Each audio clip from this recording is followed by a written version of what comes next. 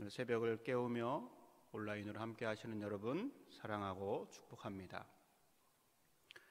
오늘 본문은 예수님께서 빌라도 앞에 서시게 되는 장면입니다. 예수님을 그토록 싫어했던 유대 종교 지도자들은 이제 급기야 예수님을 없애고자 마음을 먹었습니다. 대제사장을 중심으로 구성된 유대인들의 최고 의결 기구인 산헤드린 공의회에서는 이제 예수님을 유대 총독인 빌라도에게 고발합니다. 이 산헤드린 공의회는 유대인들 사이에서 죽음에 대한, 사형에 대한 결의는 할 수 있지만 그것을 실행할 그러한 권리는 없었습니다. 그래서 예수님을 없애기 위해서 그 빌라도에게 그 실행에 대한 판결을 받고자 예수님을 이제 고발한 것입니다. 오늘은 이 예수님께서 재판을 받으시는데 아주 중요한 역할을 했던 빌라도를 중심으로 잠시 말씀을 살펴보려고 합니다. 빌라도는 유대 총독이었는데 이렇게 고소가 들어왔기 때문에 예수님과 유대 종교 지도자들 사이에 왔다 갔다 하면서 예수님을 신문을 하게 됩니다. 먼저 유대 지도자들에게 무엇 때문인가를 이제 물어보고 있습니다. 30절 말씀입니다. 그에 대해서 유대 지도자들이 이렇게 대답을 합니다. 대답하여 이르되 이 사람이 행악자가 아니었더라면 우리가 당신에게 넘기지 아니하였겠나이다. 유대 지도자들의 이 대답은 사실 이러한 의미입니다. 예수님을 가리키는 것이죠. 이 사람이 악한 사람이니까 당연히 총독인 당신에게 넘기지 않았겠습니까? 그것도 모르시오. 그러한 의미가 담겨져 있는 대답입니다. 유대인들의 이 고소에 대해서 빌라도는 처음에 다른 복음서를 참고해 보면 처음에는 예수님을 유대왕 헤롯에게 보내는 것을 확인할 수 있습니다. 즉, 이 문제가 유대인 너희들만의 문제이니까 너희들끼리 해결하면 좋겠다라는 그러한 마음이 있던 것이죠.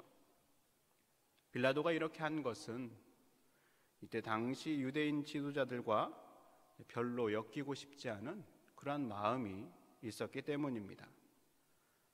빌라도가 이러한 자세를 취하는 것은 빌라도가 유대 총독으로 오면서 유대인들 사이에 겪었던 그 두 가지 큰 사건이 있었기 때문입니다. 빌라도가 유대 총독으로 부임하면서 자신의 주위하에 있는 군인들에게 이제 황제의 표식을 이제 모두 다 만들어 달도록 했습니다. 방패나 칼이나 갑옷이나 그런 곳에 황제의 표식을 다 달도록 했는데 이때 당시의 황제는 거의 신과 같은 존재였죠. 그래서 이것은 유대인들에게 상당히 거슬리는 것이었고 나아가서 신성 모독죄에 해당하는 것이었습니다. 그래서 빌라도에게 그 표식을 제거해 달라라고 요구를 하는데 빌라도가 거절을 합니다. 그런데 생각보다 완강하게 유대인들이 죽음을 불사하면서 그 표식을 제거해 달라고 하자 결국 빌라도가 이제 굴복하게 됩니다. 또 한 번의 사건은 성전 보물을 물기를 만드는 값으로 지불하는 데 사용해서 유대인들의 불평을 유발하기도 했습니다. 나아가서 그 불평을 넘어서 소동을 일으키게 되자 그 소동을 일으킨 사람들을 이제 채찍으로 굴복시키는 일을 했습니다. 이처럼 유대인들과 빌라도의 관계는 처음부터 그렇게 좋지 않은 관계로 출발한 것이죠. 그래서 이러한 빌라도에 대해서 역사가 필로라는 사람은 빌라도를 이렇게 묘사하고 있습니다. 성질이 매우 완고하고 몹시 고집이 센 데다 아주 무자비한 사람. 이러한 과거의 일로 빌라도와 유대인들 사이에 별로 관계가 좋지 않은 상태에서 빌라도는 또다시 유대인들 그들만의 문제로 보이는 이 예수님의 사건에 대해서 별로 엮이고 싶지 않은 마음이 있었던 것이죠. 그러나 오늘 본문을 통해서 그렇게 발을 뺄 수 있는 상황도 아니었기 때문에 할 수 없이 빌라도는 재판을 계속해서 진행합니다. 양측을 오가는 신문을 한 후에 빌라도가 내리는 결론은 무엇입니까? 오늘 본문 38절의 말씀입니다. 빌라도가 이르되 진리가 무엇이냐 하더라. 이 말을 하고 다시 유대인들에게 가서 이르되 나는 그에게서 아무 죄도 찾지 못하였노라. 빌라도는 예수님에게서 아무런 죄도 찾지 못했다라고 말씀하고 있습니다. 여러분, 재판에서 판사가 죄가 없다라고 판결을 하면 그 재판은 어떻게 되는 겁니까? 그대로 무죄 판결로 끝나는 것입니다. 그러나 이 재판은 빌라도가 내린 결론처럼 끝나지 않았습니다. 바로 유대인들의 반대가 있었기 때문입니다. 비록 유대인들의 반대가 있기는 했지만 빌라도는 예수님이 무죄인 것을 알면서도 어째서 적극적으로 예수님을 무죄 방면하지 않고 십자가에 못 박혀 죽도록 했을까요? 보다 큰 이야기로는 성경의 말씀을 이루려 하신다라고 이야기할 수 있겠지만 좀 더 작게는 빌라도가 서 있는 정치적인 상황 때문이기도 합니다. 예수님을 재판하는 이때에 본디오 빌라도는 정치적으로 상당히 어려운 상황에 처해 있습니다.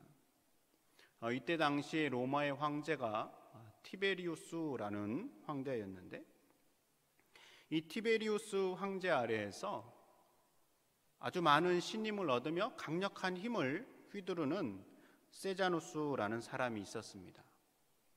이 세자누스는 자신의 위치를 견고하게 하기 위해서 자신의 정치적인 적들을 모두 제거합니다.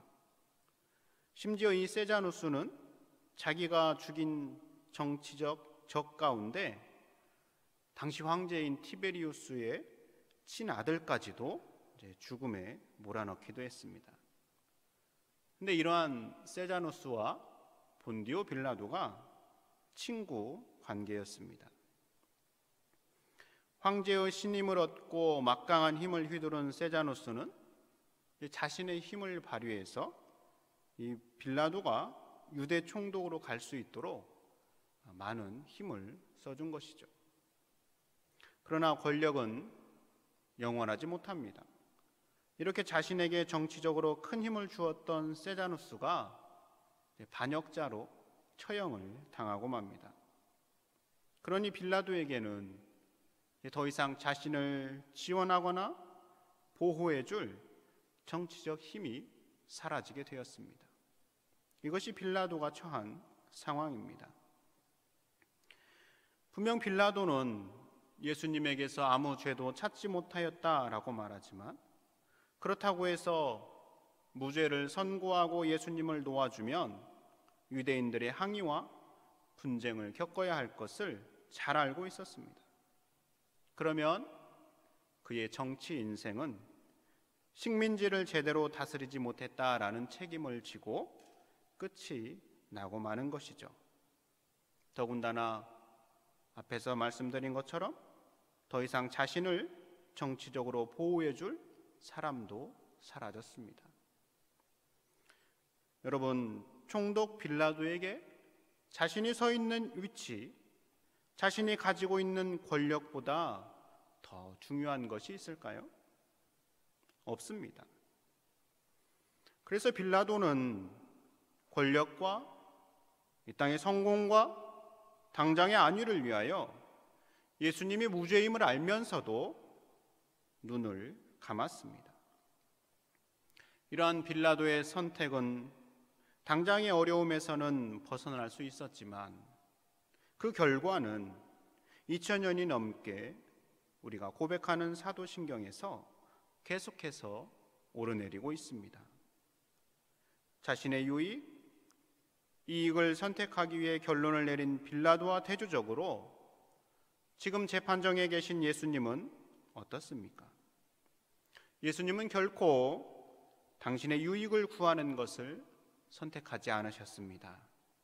예수님의 고난은 누구 때문인가를 이사야는 우리에게 이렇게 말씀해 줍니다.